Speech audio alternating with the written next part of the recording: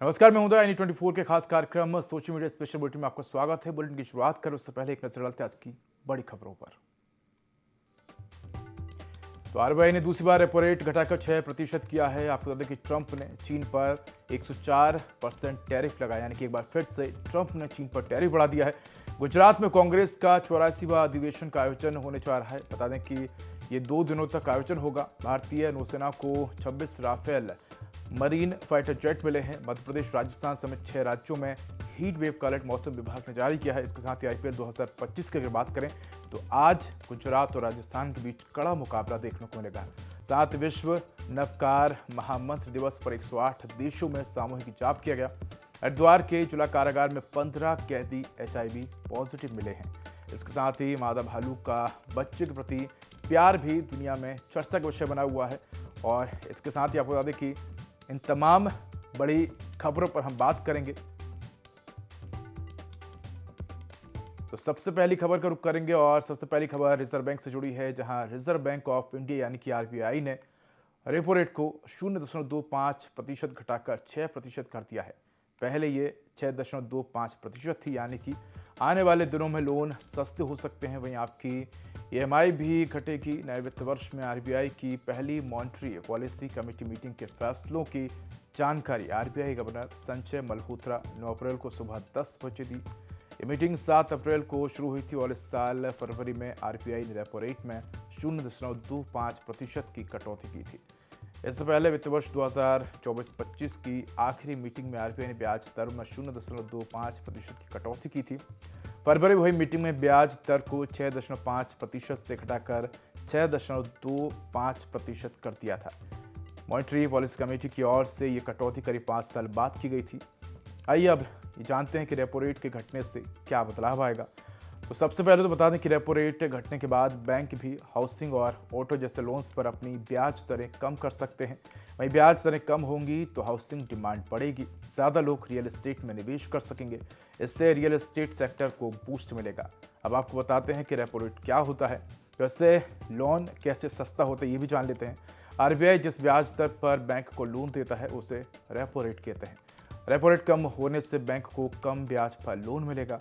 बैंकों को लोन सस्ता मिलता है तो वो अक्सर इसका फायदा ग्राहकों को देते हैं, यानी कि बैंक भी अपनी ब्याज दरें घटा देते हैं। बैंकों से मिलने वाला कर्ज सस्ता हो सकता है, यानी कि आपको बता दें कि जिस प्रकार रेपो रेट में कटौती की गई है इससे बैंकों को भी अब कम ब्याज देना होगा और इसका सीधा फायदा आम जनता को मिलेगा।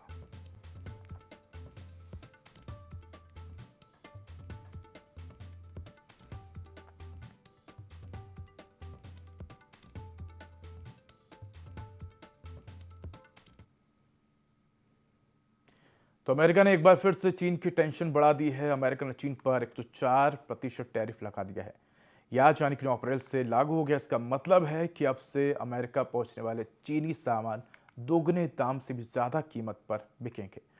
ट्रंप ने बीते मंगलवार को व्हाइट हाउस में कहा कि टैरिफ की कोई भी आलोचना कर रहा है वह बदमाश और धोखेबाज है। उन्होंने तब नहीं सोचा था जब अमेरिका 90,000 कारखाने खो दिए थे। ट्रंप ने कहा कि हम टैरिफ से बहुत सारा पैसा कमा रहे हैं। अमेरिका को हर दिन $2 बिलियन यानी कि करीब 17.2 हज़ार करोड़ रुपए ज़्यादा मिल रहे हैं। कई देशों ने हमें हर तरह से लूटा है, अब लूटने की बारी हमारी है। मीडिया रिपोर्ट्स के मुताबिक 2024 तक अमेरिका को हर साल टैरिफ से $100 बिलियन की कमाई होती थी। ट्रंप ने कहा कि कई देशों ने हमें लूटा, अब हमारी बारी। टैरिफ से अमेरिका को रोज 17.2 हज़ार करोड़ रुपए मिल रहे हैं। तो बता दें कि पहले अमेरिका ने चीन पर टैरिफ लगाया, इसके बाद जवाब में चीन ने भी अमेरिका पर टैरिफ लगाया और चीन के जवाब में अब अमेरिका ने भी चीन पर टैरिफ बढ़ा दिया है। तो इसका सीधा असर अमेरिकी कंपनियों के साथ ही चीनी कंपनियों को भी होगा। बता दें कि जो भी उत्पाद चीन से बनकर अमेरिका जाते हैं उनके जो दाम हैं वो बढ़ जाएंगे और इससे चीनी कंपनियों को सीधा नुकसान होगा। तो डोनाल्ड ट्रंप का यही कहना है कि जो भी विदेशी कंपनियां हैं जो अमेरिका में सामान बेचती हैं वो अमेरिका में ही अपने कारखाने स्थापित करें। इससे अमेरिका के लोगों को रोजगार मिलेगा और जो टैरिफ है वो भी कम हो जाएगा। तो अमेरिका में कारखाने स्थापित करने की नीति को डोनाल्ड ट्रंप बढ़ावा देते हुए नजर आ रहे हैं।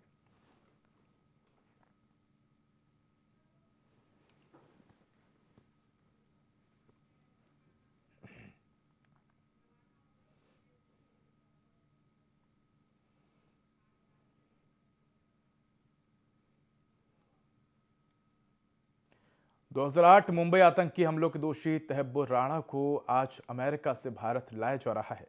रिपोर्ट्स के मुताबिक आपको बता दें कि तमाम जांच एजेंसियां, इसके साथ ही खुफिया एजेंसियों की एक ज्वाइंट टीम तहब्बुर को लेकर स्पेशल फ्लाइट से रवाना हो चुकी हैं और उसके देर रात तक भारत पहुंचने की संभावना है। एनआईए अगले कुछ हफ्तों तक उसे अपनी कस्टडी में रखेगी।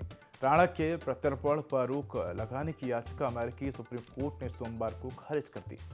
तहब्बुर ने भारत आने से बचने के लिए याचिका दायर की थी। उसने अपनी याचिका में खुद को पार्किंसन बीमारी से पीड़ित बताते हुए कहा था कि अगर भारत डिपोर्ट किया गया तो उसे प्रताड़ित किया जा सकता है। तहब्बुर राणा को 2009 में एफबीआई ने गिरफ्तार किया था। राणा को अमेरिका में लश्कर तैयबा का समर्थन करने के लिए दोषी ठहराया गया था। अब तक वह लॉस एंजलिस के एक डिटेंशन सेंटर में बंद था। 26 नवंबर 2008 को मुंबई में आतंकवादी संगठन लश्कर तैयबा के 10 आतंकियों ने हमले किए। ये हमले 4 दिनों तक चले। इन हमलों में कुल 175 लोग मारे गए, जिनमें 9 हमलावर भी शामिल थे और 300 से अधिक लोग घायल हुए। तो मुंबई हमले के दोषी तहब्बुर को भारत लाया जा रहा है। अमेरिका से स्पेशल फ्लाइट रवाना हो गई है। तो बता दें कि देर रात ये फ्लाइट भारत में लैंड होगी। एनआईए अपने कस्टडी में रखेगी। तो भारत ने तहब्बुर के प्रत्यर्पण के लिए उठाए 5 कदम। 2011 में भारत की एनआईए ने राणा के खिलाफ चार्जशीट दाखिल की। तो भारत ने 4 दिसंबर 2019 को पहली बार डिप्लोमेटिक चैनल्स से राणा के प्रत्यर्पण की मांग की। 10 जून 2020 को राणा की अस्थायी गिरफ्तारी की मांग की गई।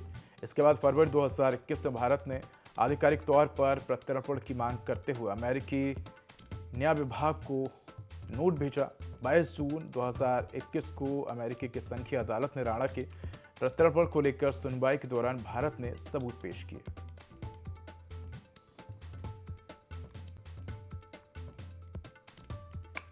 बता दें कि अब जल्द ही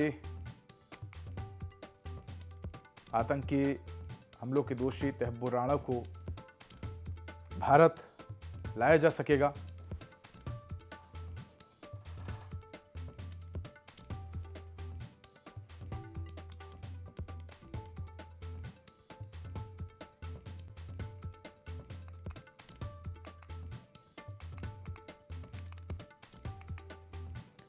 तो अमेरिका से स्पेशल फ्लाइट रवाना हो गई है और मुंबई आतंकी हमलों के दोषी तहब्बुर राणा को अब जल्द ही भारत लाया जा रहा है।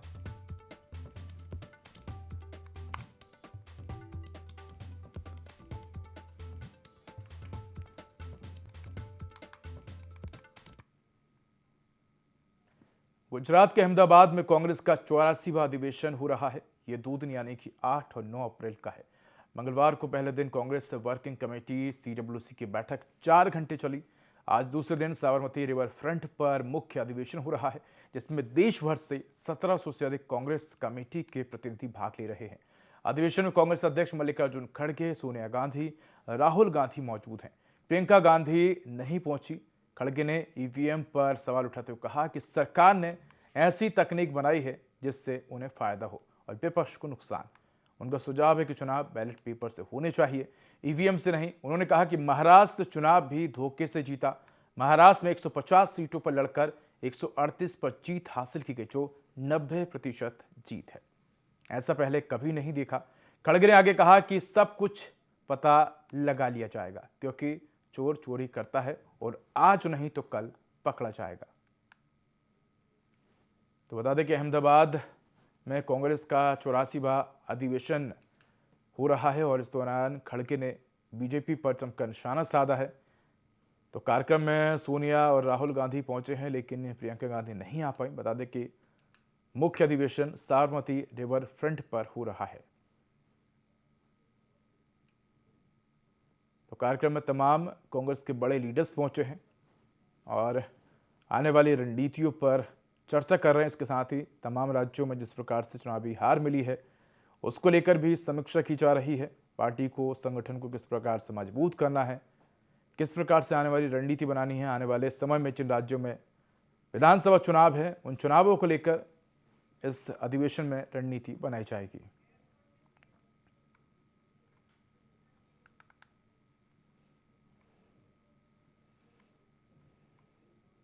भारतीय नौसेना को जल्द ही 26 राफेल मरीन फाइटर जेट मिलेंगे। गवर्नमेंट आपको बता दें कि सोर्स के मुताबिक भारत में फ्रांस से 26 राफेल मरीन फाइटर जेट खरीदने की मेगा डील को मंजूरी दे दी गई है। इसके साथ ही 63,000 करोड़ रुपए की डील पर जल्द ही साइन होंगे। इसके बाद फ्रांस 22 सिंगल सीटर और 4 ट्विन सीटर जेट भारतीय नौसेना को सौंपेगा। इन्हें हिंद महासागर में चीन से मुकाबले के लिए आईएनएस विक्रांत पर तैनात किया जाएगा। दोनों देशों के बीच 26 राफेल मरीन जेट की खरीदी को लेकर कई महीनों से बातचीत चल रही थी। भारत नौसेना के लिए राफेल मरीन की डील उसी बेस प्राइस में करना चाहता था जो 2016 में वायुसेना के लिए 36 विमान खरीदते समय रखी गई थी। इस डील की जानकारी सबसे पहले प्रधानमंत्री नरेंद्र मोदी की 2023 की फ्रांस यात्रा के दौरान सामने आई थी। इसके बाद रक्षा मंत्रालय ने लेटर ऑफ रिक्वेस्ट जारी किया था, जिसे फ्रांस ने दिसंबर 2023 में स्वीकार किया। इससे पहले सितंबर 2016 में 59,000 करोड़ रुपए की डील में भारतीय वायुसेना के लिए फ्रांस से 36 राफेल लड़ाकू विमान खरीद चुका है।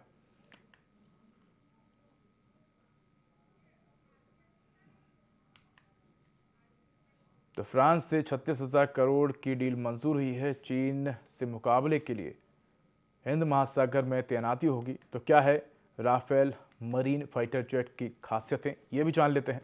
तो राफेल मरीन भारत में मौजूद राफेल फाइटर जेट्स से एडवांस है। इसका इंजन इतना ताकतवर है, इसलिए भारत ने इसकी खरीदी की है। इसलिए ये फाइटर जेट आईएनएस विक्रांत से इसकी जंप कर सकता है। ये बहुत कम जगह पर लैंड भी कर सकता है। इसे short take off but arrester landing कहते हैं। इसके साथ ही राफेल के दोनों वेरिएंट में लगभग 85% कंपोनेंट्स एक जैसे हैं। इसका मतलब है कि स्पेयर पार्ट से जुड़ी कभी भी कोई समस्या नहीं होगी। ये 15.27 मीटर लंबा, 10.80 मीटर चौड़ा, 5.34 मीटर ऊंचा है और इसका वजन 10,600 किलो है। वहीं रफ्तार की बात की जाए तो इसकी रफ्तार 1,912 किलोमीटर प्रति घंटा है और इसकी 3,700 किलोमीटर की रेंज है।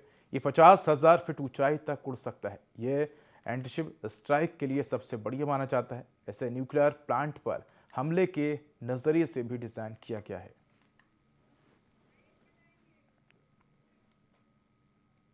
देश भर में भीषण गर्मी के बीच बिहार में बिजली गिरने से 3 जिलों में 9 लोगों की मौत हो गई। आज बुधवार को 4 जिलों में ओले गिरने का अलर्ट और 27 जिलों में हल्की बारिश होने की संभावना है। असम और बंगाल की खाड़ी बने निम्न दबाव का क्षेत्र के चलते बिहार तक नमी युक्त हवाएं आ रही हैं, जिनसे उत्तर पूर्व के इलाकों में मौसम बदला है। इधर देश के उत्तरी पश्चिमी राज्यों में अप्रैल के पहले हफ्ते से ही लू का असर तेज होता नजर आ रहा है। राजस्थान, दिल्ली, मध्य प्रदेश, गुजरात, हरियाणा और पंजाब के कई हिस्से हीट वेव की चपेट में हैं। मध्य प्रदेश के 30 जिलों में आज हीट वेव का अलर्ट है। दिल्ली में 15 साल बाद अप्रैल में तापमान 40 डिग्री के पार पहुंच गया है। कई इलाकों में हीट वेव के हालात हैं। इससे पहले 2011 में ये स्थितियां बनी थीं। राजस्थान के बाड़मेर में मंगलवार को टेम्परेचर 47 डिग्री रहा। 10 साल बाद अप्रैल में बाड़मेर का पारा 47 डिग्री पहुंच गया है। जैसलमेर, भीलवाड़ा, चित्तौड़गढ़ समेत कई जिलों में तेज गर्मी रही। मौसम एजेंसी स्काईमेट ने अनुमान जताया है कि इस साल देश में मानसून सामान्य रहेगा। एजेंसी के मुताबिक 80% से ज़्यादा संभावना है कि मानसून सामान्य या उससे अधिक रहेगा। वहीं बिहार में आपको बता दें कि बिजली गिरने से 9 लोगों की मौत हो गई है। तो मध्य प्रदेश और राजस्थान में भी 6 राज्यों में हीट वेव का अलर्ट जारी किया है। दिल्ली में 15 साल बाद अप्रैल में पारा 40 के पार पहुंचा है। तो देश में कहाँ कितनी गर्मी है ये भी आपको बता दें कि 8 अप्रैल को पश्चिम राजस्थान के अधिकतर हिस्सों में हीट वेव की स्थिति रही। हरियाणा, दिल्ली, हिमाचल, गुजरात और मध्य प्रदेश के कुछ हिस्सों में हीट वेव रिकॉर्ड की गई। बाड़मेर लगातार दूसरे दिन देश का सबसे गर्म शहर बना रहा। 7 अप्रैल को 45.6 डिग्री और फिर 46.4 डिग्री तापमान रिकॉर्ड किया गया। राजधानी दिल्ली और एनसीआर में पारा सामान्य से 4 से 5 डिग्री अधिक दर्ज किया गया। तो बारिश और तेज हवाओं से कहाँ राहत है ये भी जान लेते हैं।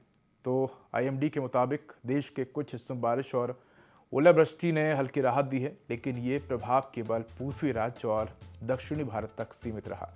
9 अप्रैल को बिहार के कुछ इलाकों में ओलावृष्टि हुई। त्रिपुरा, असम और मेघालय में 8 से 10 अप्रैल के बीच भारी बारिश का अलर्ट है। इसके साथ ही केरल, तमिलनाडु, तेलंगाना, आंध्र प्रदेश और कर्नाटक में अगले 3 दिन तक गरज चमक के साथ हल्की बारिश की संभावना जताई है। वहीं बात करें तो जम्मू कश्मीर, हिमाचल और उत्तराखंड में भी 9 से 11 अप्रैल तक बारिश और ओले गिर सकते हैं।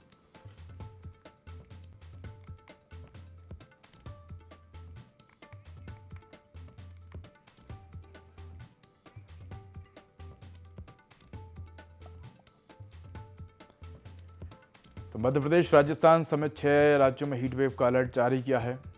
9 अप्रैल को बिहार के कुछ इलाकों में ओलावृष्टि भी देखने को मिली है।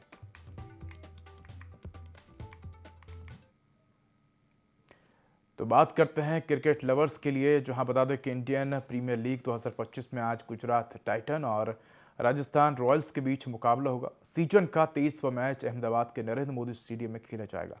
साल 2022 की चैंपियन गुजरात 4 में से 3 जीत और 1 हार के साथ पॉइंट्स टेबल में दूसरे नंबर पर है।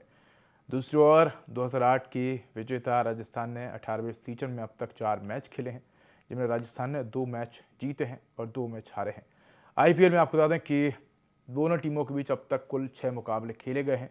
इनमें से गुजरात ने 5 और राजस्थान ने 1 मैच जीता है। यानी कि गुजरात और राजस्थान के बीच अगर हम बात करें तो गुजरात का पलड़ा भारी है। साथ ही बता दें कि जयपुर में दोनों टीमों के बीच 2 मैच खेले गए हैं, जिनमें से दोनों टीमों ने 1-1 मैच जीता है। यानी कि जयपुर में दोनों टीमों के बीच कड़ा मुकाबला देखने को मिल सकता है। गुजरात के टॉप स्कोरर साई सुदर्शन ने इस सीजन में 2 अर्धशतक लगाए हैं। वहीं तेज गेंदबाज मोहम्मद सिराज ने 4 मैचों में 9 विकेट झटके हैं। वे टीम के लिए सबसे ज़्यादा विकेट लेने वाले खिलाड़ी हैं। राजस्थान रॉयल्स के गेंदबाज बनिंदु हररंगा आपको बता दें कि टीम के टॉप विकेट टेकर हैं। हसरंगा ने कई विकेट लिए हैं। उनके बाद ध्रुव जुरेल 4 मैचों में 119 रन बना चुके हैं। तो नरेंद्र मोदी स्टेडियम की पिच बैटिंग फ्रेंडली है। यहाँ अब तक आईपीएल के 37 मैच खेले गए हैं। 17 मैचों में पहले ही इनिंग में बैटिंग करने वाली टीम को जीत मिली है। तो यानी कि टॉस भी अब इस पिच पर महत्वपूर्ण होगा। इस सीजन में भी इस पिच पर 2 मैच खेले गए हैं और दोनों में पहले बैटिंग करने वाली टीम को जीत मिली है।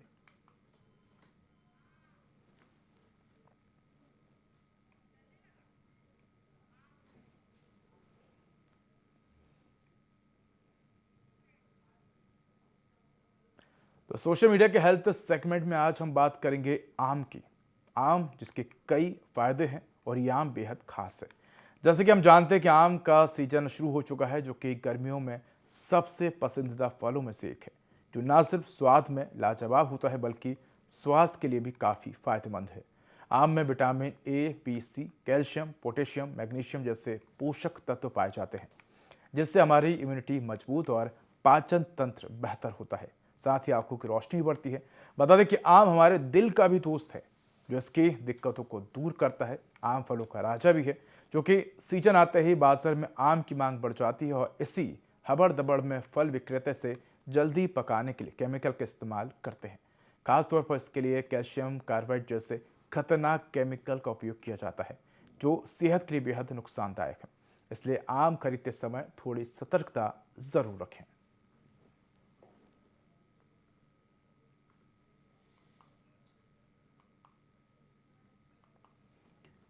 तो अगर आप भी आम खरीदना चाह रहे हैं तो बता दें कि आम नेचुरल पके हों और किसी जाने पहचाने व्यक्ति से ही आम खरीदें, क्योंकि आमों को पकाने के लिए आजकल केमिकल का उपयोग किया जाता है और ये केमिकल आपके स्वास्थ्य पर गंभीर असर डालते हैं।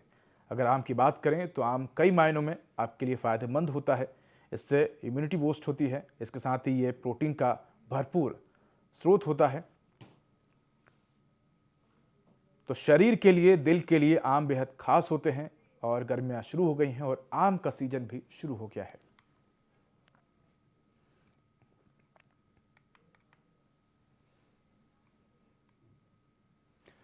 उत्तराखंड के हरिद्वार जिला कारागार से एक चौंकाने वाली खबर सामने आई, जहां जेल में बंद कैदियों के स्वास्थ्य परीक्षण के दौरान 15 कैदी एचआईवी पॉजिटिव पाए गए हैं।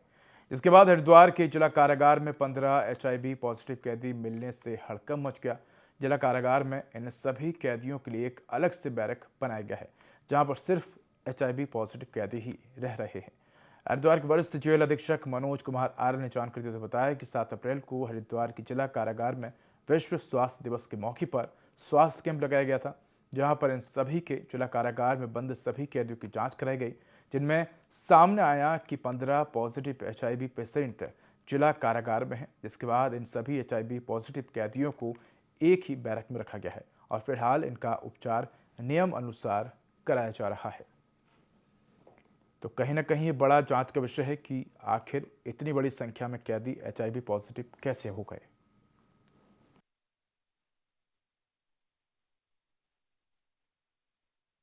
इनमेट्स जो है कारागार में आता है, उसके आते ही जो है सर्वप्रथम अन्य जांचों के साथ साथ HIV जांच भी होती है और अभी हमारे पास लगभग 15 इनमेट्स ऐसे हैं जिनमें HIV की पुष्टि हुई है।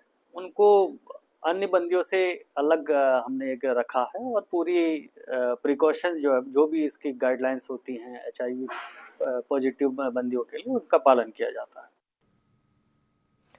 अगर आपको भी वन्य जीवों से बेहद प्यार है तो ये खबर आपके काम की है। दरअसल कांकेर के गड़िया पहाड़ में मादा भालू का एक वीडियो सोशल मीडिया पर सभी का ध्यान अपनी ओर आकर्षित कर रहा है। दरअसल मादा भालू अपने 2 शावकों के साथ गड़िया पहाड़ पर घूम रही थी, तभी भालू एक बच्चा पेड़ पर चढ़ा और पेड़ से उतर नहीं पा रहा था। तो मादा भालू अपने बच्चे को बचाने के लिए पेड़ को हिलाने लगी। भालू बच्चा जैसे ही नीचे गिरा, मादा भालू ने उसे कैच कर लिया और अपनी बाहों में समा लिया, प्यार से पुचकारने लगी। तो ये वीडियो अब तेजी से सोशल मीडिया पर वायरल हो रहा है, जिसमें आप देख सकते हैं कि एक छोटा नन्हा सा भालू पेड़ पर चढ़ गया और जब वो उतर नहीं पाया तो उसको उतरने में उसकी माँ ने उसकी मदद की और जैसे ही बच्चा जब ज़मीन पर गिरने को आया तो माँ ने उस बच्चे को बचा लिया। तो ये देख सकते हैं आप तस्वीरें कि माँ ने अपने मासूम बच्चे को बचाने की पूरी कोशिश की और जैसे ही बच्चा गिरा तो माँ ने उसे कैच कर लिया।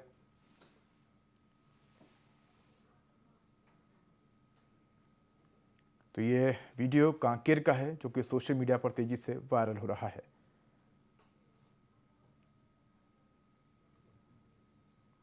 तो मादा भालू ने अपने बच्चे को पेड़ से गिरने से बचा लिया। इसके बाद मादा भालू ने अपने बच्चे को प्यार दुलार किया। तो अक्सर भालुओं के इस तरह के वीडियो सामने आते हैं जब भालू इस तरह की नादानियाँ करते नजर आते हैं। कभी पेड़ों पर चढ़ जाते हैं तो कभी उल्टा पुल्टा घूमने लगते हैं। तो इसी तरह का वीडियो सोशल मीडिया पर जमकर वायरल हो रहा है।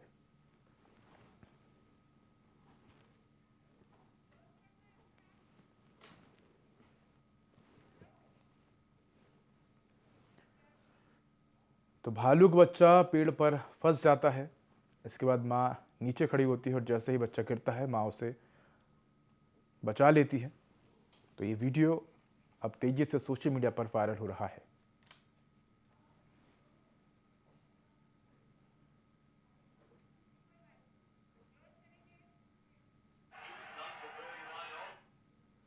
तो फिलहाल इस बुलेटिन में इतना ही। खबरों का अधिक अपडेट के लिए देखते रहिए INE24। नमस्कार।